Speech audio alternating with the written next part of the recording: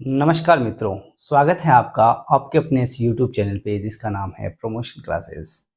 दोस्तों, अभी तक हमने दो वीडियो बना लिए अपने जो पार्ट ऑफ स्पीच है इसके अंदर हमने नाउन को एक बार का जो जितना क्लियर करना था उतना क्लियर कर लिया। पार्ट ऑफ स्पीच में जो हमारे पार्ट्स हैं उनके अंदर एक नंबर पे था नाउन, जो कि हमने कर लिया। अब इसके बाद में दूसरा जो टॉपिक आएगा पार्ट ऑफ स्पीच का, वो है दोस्तों अपना प्रोनाउन। क्या है दोस्तों? प्रोनाउन। अब सबसे पहले सवाल ये कि प्रोनाउन होता क्या है। भाई, कोई भी टॉपिक अपन शुरुआत करते हैं तो सबसे पहले तो सवाल यही आएगा हमारे दिमाग में कि प्रोनाउन होता क्या है। फिर उसके प्रकारों के बारे में और उसके प्रकारों की जो विशेषता है उनके बारे में हम पढ़ते हैं। तो चलिए दोस्तों, सबसे पहले मैं आपको समझा देता हूँ कि प्रोनाउन होता क्या है।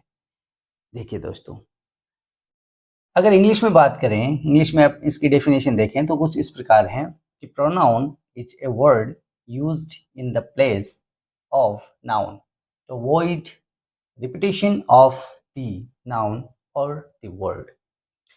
अब साधारण भाषा में, मेरी भाषा में समझ लो आप, क्या होता है प्रोनाउन। देखिए दोस्तों, प्रोनाउन एक ऐसा शब्द होता है जो कि नाउन की जगह पे आता है। नाउन की जगह पे कैसे? भाई, नाउन की जगह तो नाउन ही आएगा ना, नाउन की जगह दूसरा शब्द कैसे आ सकता है? आता है।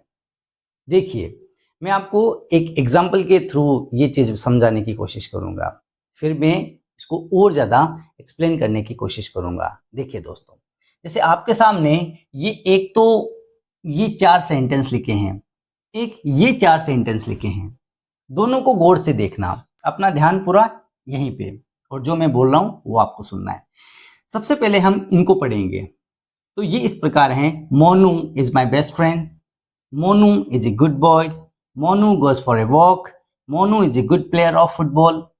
तो देखो, हमने क्या किया दोस्तों, हर एक सेंटेंस में मोनू के बारे में बात चल रही है। बात किसके बारे में चल रही है? मोनू के बारे में चल रही है ना।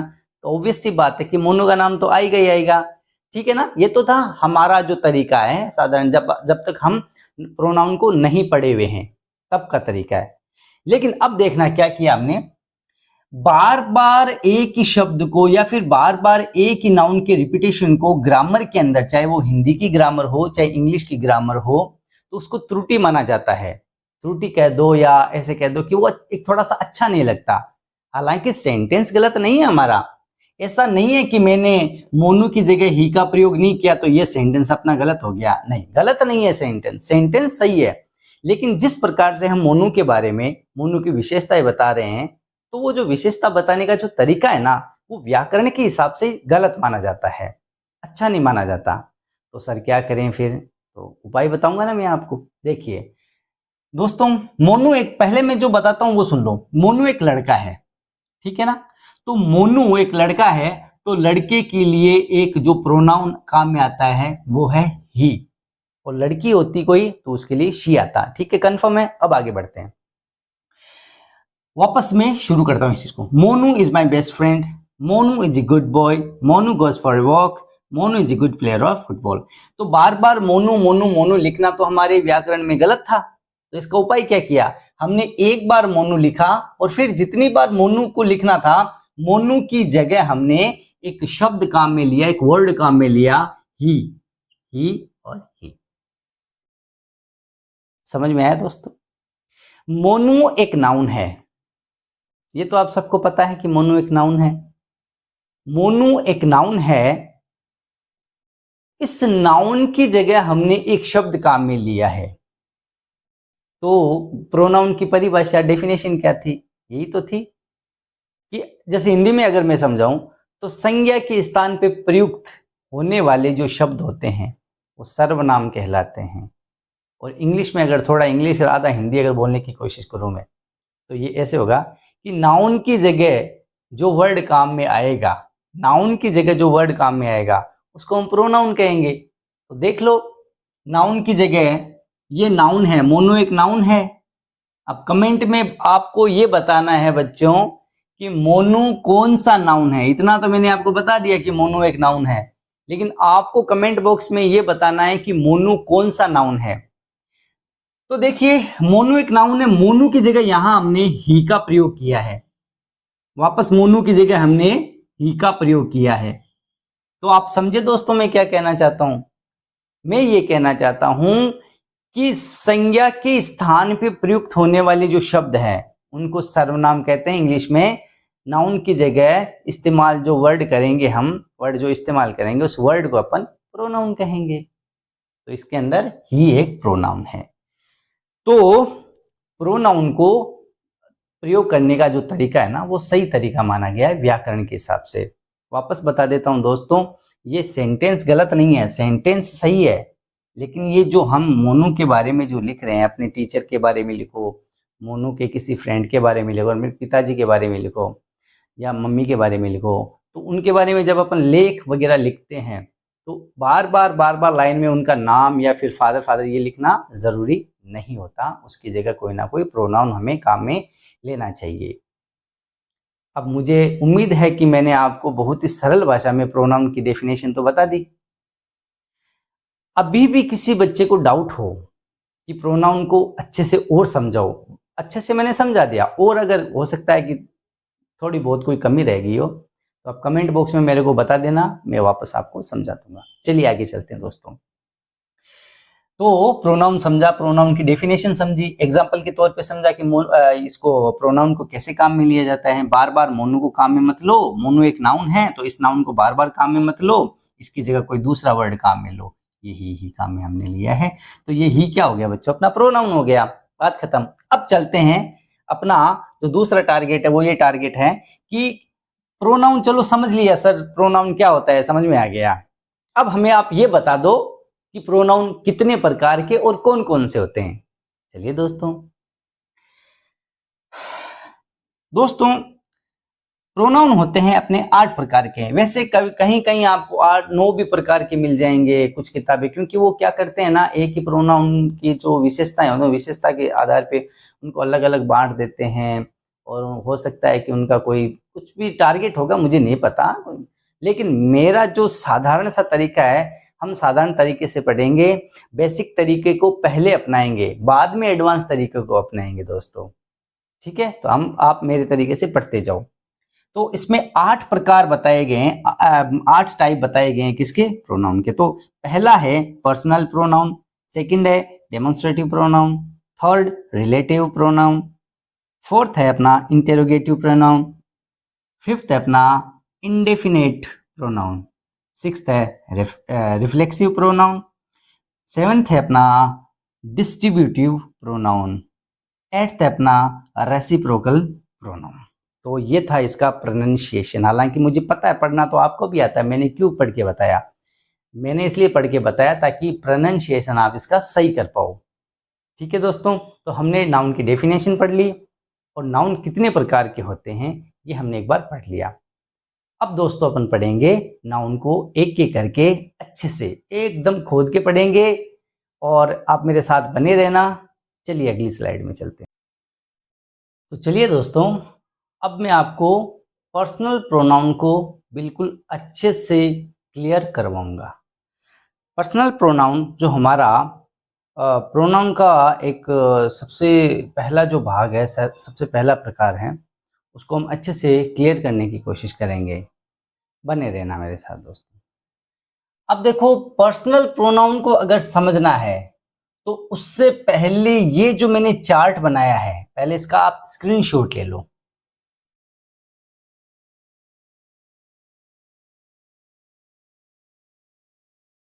स्क्रीनशॉट ले लिया। ये क्यों बनाया मैंने, बहुत मेहनत लगी है दोस्तों इसके अंदर। ये क्यों बनाया मैंने, क्योंकि ये आपके पूरे प्रोनाउन के चैप्टर में काम में आएगा। मुझ पे विश्वास रखो, जो काम बताऊंगा आपको बिल्कुल काम आएगा आपके। अब पर्सनल प्रोनाउन की बात कर लेते हैं। तो इस अगर इस चार्ट को अपन देखें, इस चार्ट के अंदर क्या है, इस चार्ट के अंदर सबसे पहले आपको मिलेंगे केस, किसके, पर्सनल प्रोनाउन के केस, जिसमें सबसे पहला केस क्या है, first person singular. First person singular में आएगा आई, मी, माई और माइन। लेकिन इसके और भी वो सब टाइप्स है, वो उस प्रकार से समझेंगे। सबसे पहले आप ऐसे देखो, इसको देखो, फर्स्ट पर्सन, सेकंड पर्सन और third person. First person, second person और थर्ड पर्सन हो गया। अब इनके अंदर अपन देखेंगे कि दोस्तों फर्स्ट पर्सन में कौन कौन आएगा, आई और वी आएगा। सेकंड में कौन आएगा, सिर्फ यू आएगा। थर्ड पर्सन में कौन आएगा, थर्ड पर्सन में आएगा ही, शी, इट और दे। सिंगुलर में तो आएगा ही, शी और इट, प्लूरल में आएगा दे। ये जो मैंने बताया आपको, ये तो लिखा हुआ है, इसमें बताने वाली क्या बात है? बताओ तो वो चीज जो लिखी हुई है लेकिन समझ में नहीं आ रही। अब मैं समझ गया आपकी बात। हर बच्चे को ये हर बच्चा जो इंग्लिश की क्लास लेता है मेरे पास में, उसको ये समस्या आती है। कौन सी?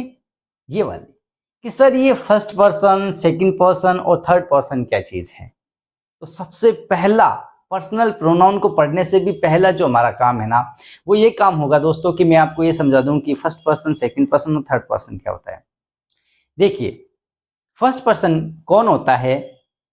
वाक्य के अंदर जो वाक्य को बोल रहा है और खुद के लिए बोल रहा है, खुद के लिए बोलने वाला अगर खुद के बारे में बोल रहा है ना, तो वो फर्स्ट पर्सन हो गया। जैसे मैं पढ़ा रहा हूं, या हम पढ़ा रहे हैं, हम खेल रहे हैं। मैं, देखो, आई का मतलब मैं, वी का मतलब हम। आई का मतलब मैं और वी का मतलब हम। आई से कोई भी सेंटेंस बनेगा, ऐसे बनेगा, I am teaching, I am swimming, I am playing, ऐसा बनेगा। तो आई क्या है बच्चों?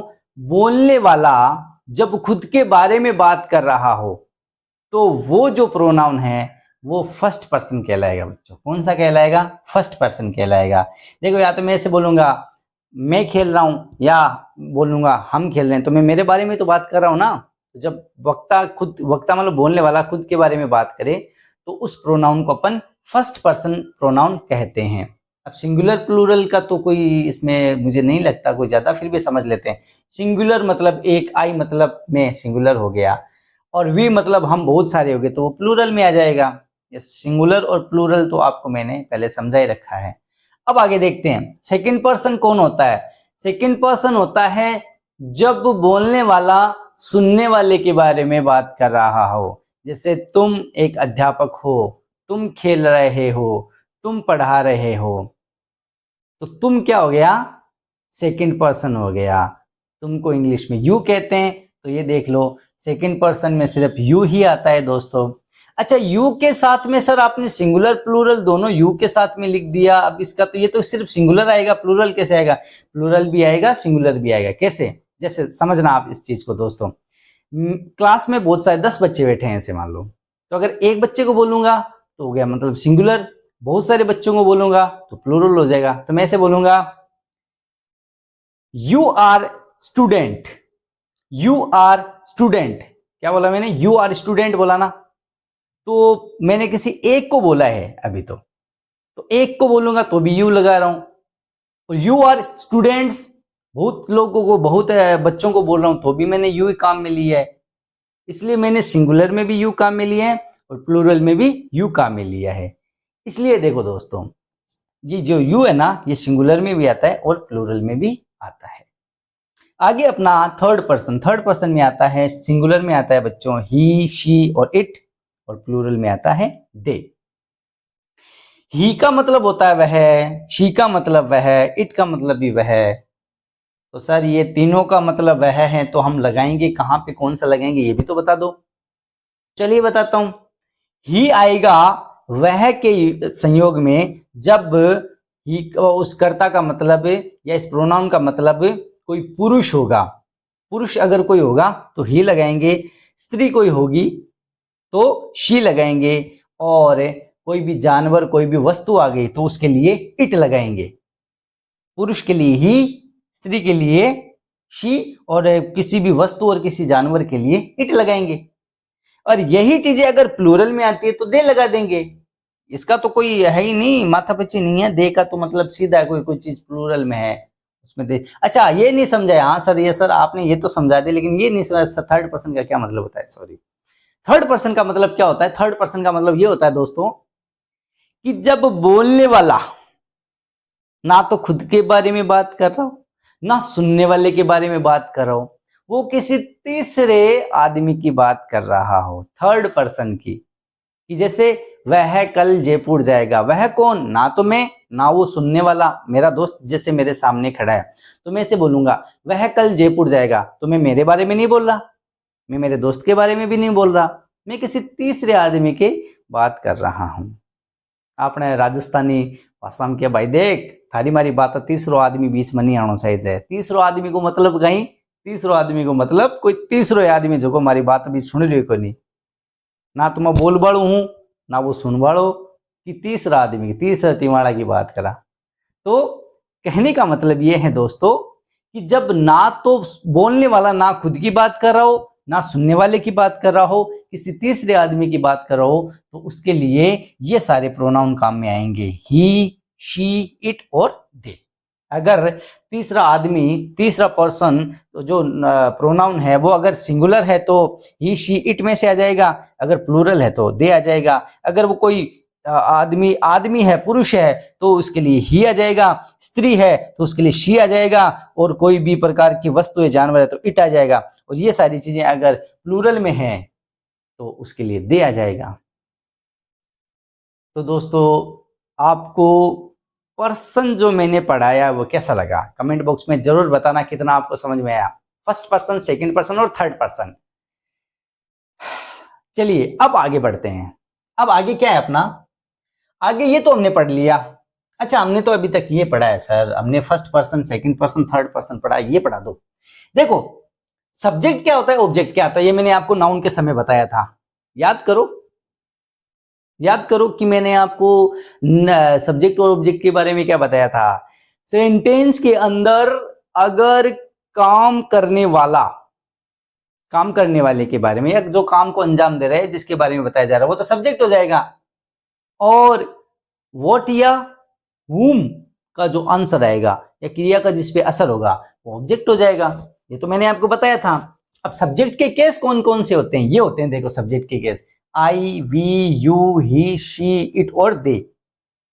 और ऑब्जेक्ट के केस कौन कौन से होते हैं? ऑब्जेक्ट के होते हैं, आई का तो ऑब्जेक्ट हो जाएगा मी, वी का ऑब्जेक्ट हो जाएगा अस, यू का ऑब्जेक्ट यू, ही का ऑब्जेक्ट हिम, शी का ऑब्जेक्ट ह, इट का इट हो जाएगा, दे का देम हो जाएगा। ये ऑब्जेक्ट केस और सब्जेक्ट केस मैं आपको एकदम अच्छे से समझा दूंगा। अभी तो सिर्फ मैं आपको ये चार्ट ही बता रहा हूं, मुझे पता है कि कहां समस्या आने वाली है।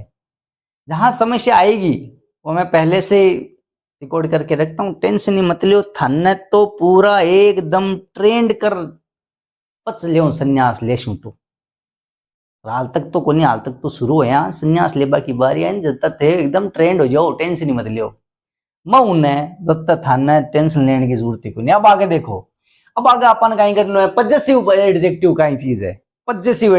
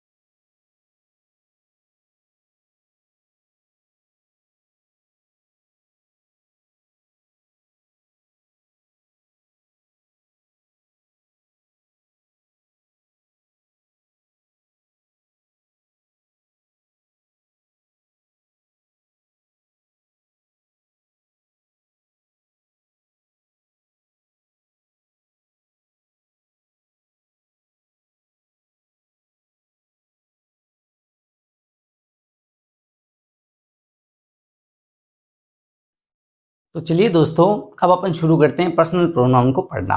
तो पर्सनल प्रोनाउन अपन रूल के हिसाब से पढ़ेंगे। तो पर्सनल प्रोनाउन का जो सबसे पहला रूल है वो ये रूल है दोस्तों कि if two or more pronouns are joined by and or used in the same case. अब ये क्या कहना चाहता है, एक सेकंड रुकना दोस्तों, मार्कर भूल गया साइड में। तो ये कहना चाहता है कि अगर एक सेंटेंस के अंदर दो या दो से अधिक प्रोनाउन आ जाते हैं और उनके बीच में या तो एंड आएगा या फिर और आएगा, इस एंड का अर्थ होता है और बोलते हैं ना, और इस और का मतलब होता है अथवा। तो एक सेंटेंस के अंदर दो या दो से अधिक प्रोनाउन आ जाए और उनके बीच में क्या आना चाहिए, या तो एंड आना चाहिए या और आना चाहिए। तो करेंगे क्या, अगर ऐसा हो गया तो करेंगे क्या? तो करना ये है दोस्तों अपन को कि अगर दोनों प्रोनाउन सब्जेक्ट की जगह है तो दोनों प्रोनाउन या तीन प्रोनाउन, जितने भी प्रोनाउन आ रखे हैं ना, सारे के सारे सब्जेक्टिव केस में होने चाहिए। अगर दो या तीन प्रोनाउन, जितने भी प्रोनाउन है वो ऑब्जेक्टिव केस में आ रखे हैं तो सारे के सारे ऑब्जेक्टिव केस में आने चाहिए। ऐसा नहीं है कि एक प्रोनाउन तो सब्जेक्टिव केस में दे दिया, एक ऑब्जेक्टिव केस में दे दिया, और इधर जैसे मान लो सब्जेक्टिव केस में आना था तो एक तो सब्जेक्टिव केस में दे दिया, एक अपन को प्रोनाउन ऑब्जेक्टिव केस में दे दिया। ऐसा नहीं चलेगा। अपन को जो जहां पर है ऑब्जेक्टिव केस है तो ऑब्जेक्टिव केस में लाना है, सब्जेक्टिव केस है तो सब्जेक्टिव में लाना है। अब हो सकता है कि मैंने जो बोला वो कम समझ में आया, आपको थोड़ा बहुत आया होगा, लेकिन हम उदाहरण से करेंगे, एग्जाम्पल से करेंगे तो गारंटी देता हूं बिल्कुल समझ में आ जाएगा आपको। चलिए देखते हैं एग्जाम्पल से। These books are for you and I.